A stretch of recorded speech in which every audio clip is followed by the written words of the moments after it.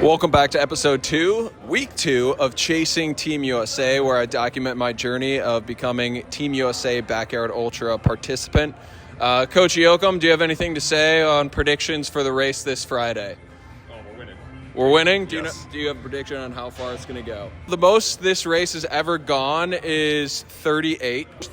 40. I give you 45 hours. 45 hours? 42 hours. 52 hours? 52 hours. Okay, Yes. Let's go. That would be my guess. My best is 38 hours, 158 miles. I think you're going to beat that because you have the willpower. We're going to go 37. Seems like the fumes have gotten to our local firefighter, but that's okay, Welty. We'll give you a pass on this one. I finished up some of the lift here and then wanted to ask some guys if they had any advice or a message to leave with the audience going into this weekend. Hey, don't ever doubt yourself. If you guys want a good example of don't doubt yourself, it's this guy right here. He's been persevering through a lot of things, and he's a big role model to a lot of people. Find your foundation in Christ and don't get caught up in all of the events that are in the world. Find a solid rock that you can lean on and that you can depend on.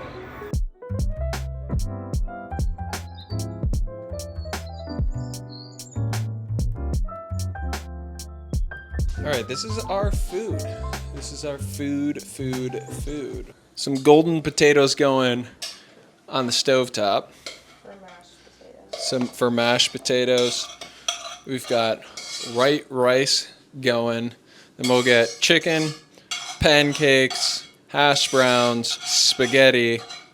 These will be all the meals that will be utilized for the race. Okay, Eric Schneider asked this question. Any tips for someone running their first last person standing race? The biggest tip that I would have, too much emphasis on the competition, how I felt compared to what I perceived other people were feeling. So when it got really bad and it got really low and I looked over and I saw runners that I perceived to be feeling incredibly strong, it only made me feel worse. I was comparing my state to what I thought they looked like. And I think the most important thing, like if you want to get really good at last person standing, the best thing you can do is just go out and start.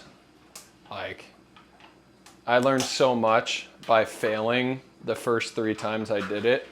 But really going out and doing it is the best thing you can do. Because nothing I can say about my experience is really going to help you and yours. The only thing that's going to help you is you go out and experience it and see what it feels like to suffer in that way.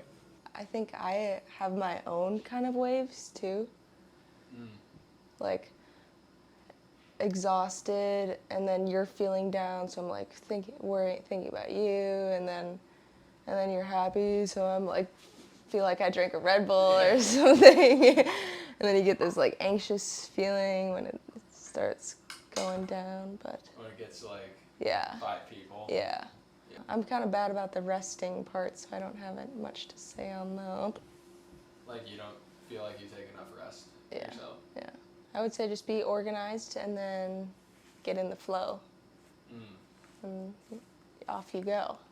I'm running to Trader Joe's to grab a baguette. It's 1 mile away, so it's a sneaky 2 miles.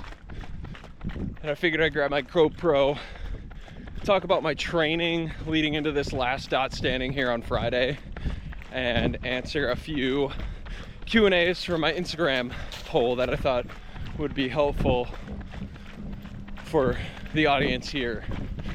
So training, it has been a shift from beer miling all summer long and doing a lot of track workouts and mixing in a handful of runs and really not feeling like I was doing a great job distance-wise, to then feeling like, all right, I got races coming up this fall. I need to be better prepared for it.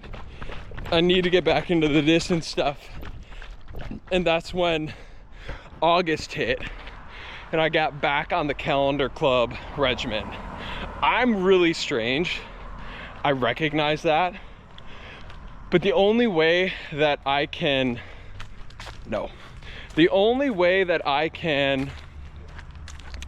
really get myself to run and train and know that I'm getting the miles in every month is to do Calendar Club. I simply can't get myself to run unless I'm doing Calendar Club. And so for the month of August, I threw Calendar Club on the calendar, on the schedule. That was my training for the month.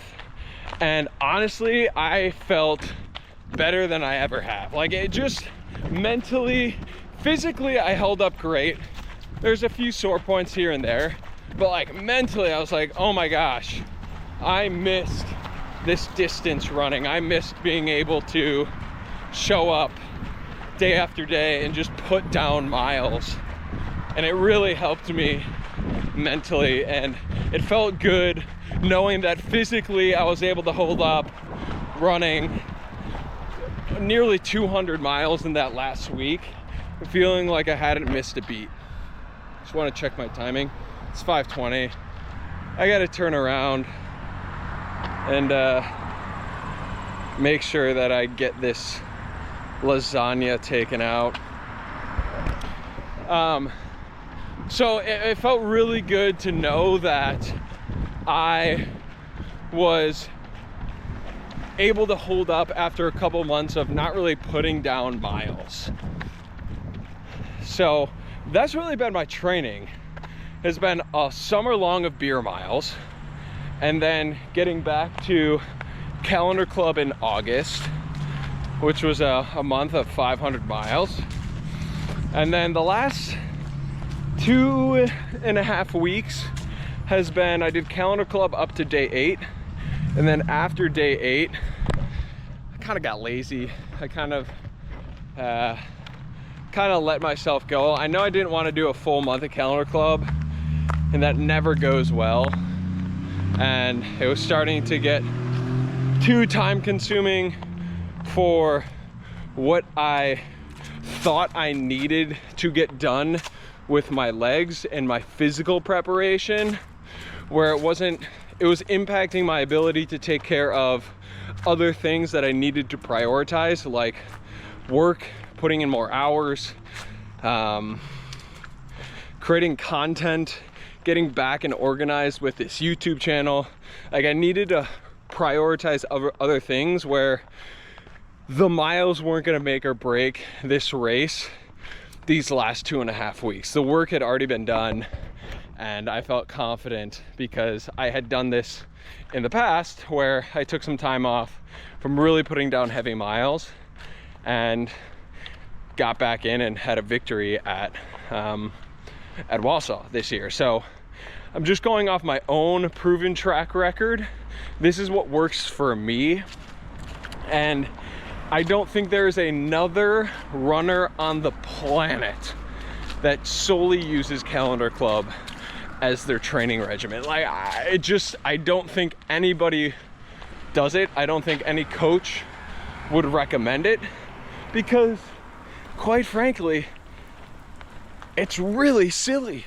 It's really wicked wild. Like, why would you stack a bunch of miles at the end of every month? Doesn't make sense, but it works for me. I've had a lot of success with it, and I honestly enjoy it. And I think there's a part of me that likes it even more that I'm the only one doing it. Like, it's something that I was like, oh, this is me. This is really me and only me. And I'm gonna continue to do that and do it that way until it doesn't work. And the other thing I think that's important to note is I think Calendar Club is a great training plan and program for the last person standing races, because when I go out and run these deep days, you know, after day 22, because I think it's day 21 or 22, that's the official halfway point in miles for the month, to give you a perspective of how they really build at the end. None of those miles are run fast. Like, it's just getting out and doing 5 miles an hour at most, and being out for 5, 6, sometimes 7 hours, and just kind of doing the work. Like, it's not physically demanding, because I'm not putting in a ton of output and like running super hard. it's just time consuming. It's mentally exhausting. It is physically exhausting, but it's just like, man, I have to spend the next 6 hours running. That kind of sucks. That's hard to get yourself out to go do. What's up?